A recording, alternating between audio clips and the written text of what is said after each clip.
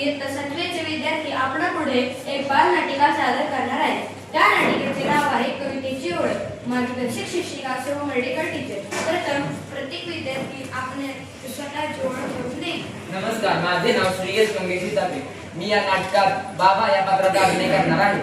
नमस्कार, माझे नाव वरद संतोष लेले. मी आज आजोबा या पात्राचा अभिनय करणार आहे. नमस्कार, माझे नाव आर्य नरेंद्र तिळवणकर. मी आज या नाटकात सुधीर या पात्राचा अभिनय करणार आहे. नमस्कार, माझे नाव माही मंगेश रामदास. या नाटिकेत मी आई या पात्राचा अभिनय करणार आहे. नमस्कार, माझे नाव अनघा राहुल जगताप. मी या नाटकात ताई या पात्राची भूमिका करणार आहे. नमस्कार, माझे नाव गीतांजली गणपत जाधव. मी या नाटकात आजी या पात्राची भूमिका साकारणार आहे. सुधीरला शाळेत काव्य प्रतिभा या विषयावर आधारित एक प्रकल्प शिक्षिका देतात. तो प्रकल्प पूर्ण करण्यासाठी त्याच्या घरातील सर्वजण त्या कवितेतून संभाषण करतात. चला तर मग पाहूया एक बालनाटिका कवितेची ओळ. पण तो कोणाशीच बोलत नाही, विचारात गुंतलेला असतो.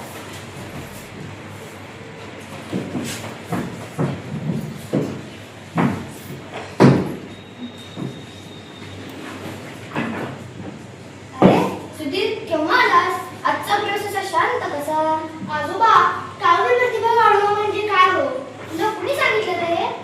आज आमच्या शाळेत बाईंनी आम्हाला काव्य प्रतिभा वाढवण्यासाठी तुम्ही केलेले प्रयत्न हा प्रकल्प दिलाय.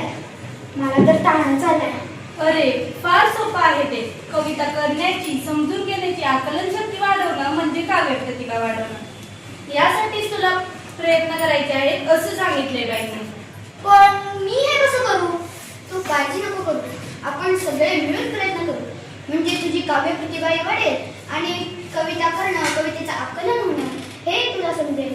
तुम्ही हो काय प्रयत्न करणार? आपण सगळे मिळून कवितेतून संभाषण करायचं. ते तो कागदावर उतरवून घेईल. म्हणजे त्याला कविताही समजेल आणि त्याचा प्रकल्पही पूर्ण होईल. सुधीर, हातपाय धु आणि दूध घे. हा, मी आत्ताच कागद घेतो. आत्ताच आपण सुरुवात करू. आजी दिवा लावते व मोठ्याने शुभ कविती म्हणते. घरामध्ये लावते सांजवात, घरामध्ये लावते सांजवात, भाजी करते आता कांद्याची पात, भाजी करते आता कांद्याची पात. म्हाताऱ्याचा वाढतो वाद, नको करू तू कांद्याची पात. कधीतरी कशाला म्हणतील का हो, मी सांगितलेल्या भाजीला नेहमीच देतात हो. ए माझी सुपर आजी, तुला आवडेल ती कर भाजी. तू बनव भाजी छान छान चवळी. आणि इकडे दाताची कवळी. बरं बाई, तुमची इच्छा हाच ध्यास. भाजी बनवते चवळीची खास, बाबांची रात्रपाळी असते.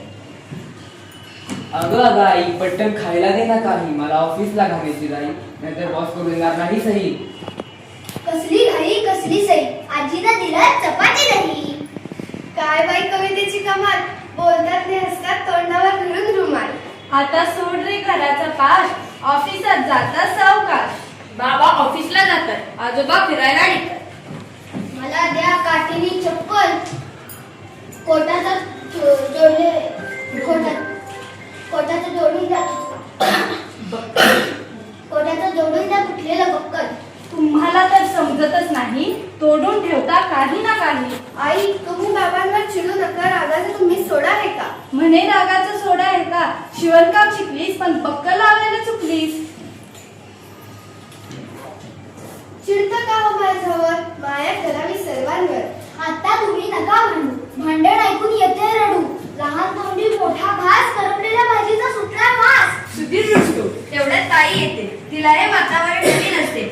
विषय समजताच खो खो असते, पण आनंदित होते व सहभागी होते. बरं का आजोबा आणि आजी, दूर करू सुधीरची नाराजी. कवितेत मारेल तो बाजी. आई, घरात आहे का पिठाची सोजी? सोजी तुला हवी तरी कशाला? लाडू खातेस न बशी ठेवतेस उशाला. चला सगळे जेवण करू. चवळीच्या भाजीवर ताव मारू. सगळ्यांजण एकत्रित मिळून जेवण करतात.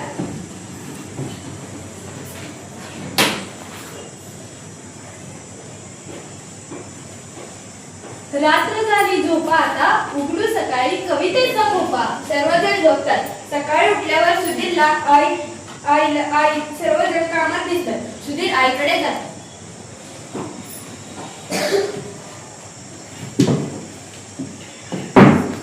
सूर्य गोला चिमण्या उडाला. सगळ्यांच्या आंघोळी झाल्या. हवा सुटली आहे गार गार. आंघोळीचे पाणी केले गरम गार.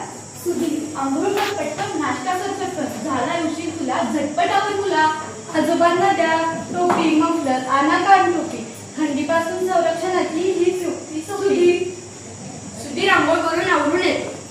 सुधीर कविता लिहून घेणे यमक जुळायला हवे धी शब्दांचे यमक हवे धी तरच कविता बनते धी. बाबा रात्रपाळीहून परत येतात. कालचा विषय त्यांच्या लक्षात येतो. ते गालातल्या गालात हसतात. मी खुर्चीवर रेलून बसतो. कामाचा आलाय आता कंटाळा, द्या थोडं पाणी टाकून वाळा. आई कणिक मळत असते. कणिक तुम्ही नंतर मळा, आधी शिळ्यासाठी रवा ताळा. तोंड धुवा, आंघोळ करा, खा मग गरम शिरा, नंतर सुधीरच्या डब्यासाठी बटाटे तुम्ही चिरा. सुधीर आवर दप्तर ठीक नाहीतर उगवेल त्या कचऱ्याची पीक टापटीपणा दररोजची. आई आजी खूप छान, मला नाही कशाचीच वाण, तुमच्या वाचून हले ना माझे पान. आजोबा होकार दर्शवतात. तेवढ्यात बाबा काही पुस्तके सुधीरच्या हातात देतात. बाद झाला कवितांचा पाऊस, अशाने थोडीच पूर्ण होणार आहे पाऊस. हागे चोरांचा पुस्तकांचा मळा, याने तुला लागेल कवितांचा लढा. सुधीर कवितांची पुस्तक वाचतो. त्यात तरी मिळून जातो. त्याच्या चेहऱ्यावर एक प्रकारचे समाधान सर्वांना दिसते.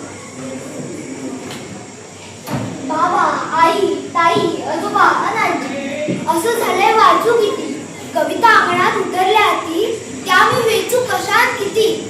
शांताबाईंची बाग आणि सुरवेची गिरणी, गदिमांचे घर आणि बालकवींची फुलराणी, चेतवले भावनांचे मोह तुम्ही म्हणून.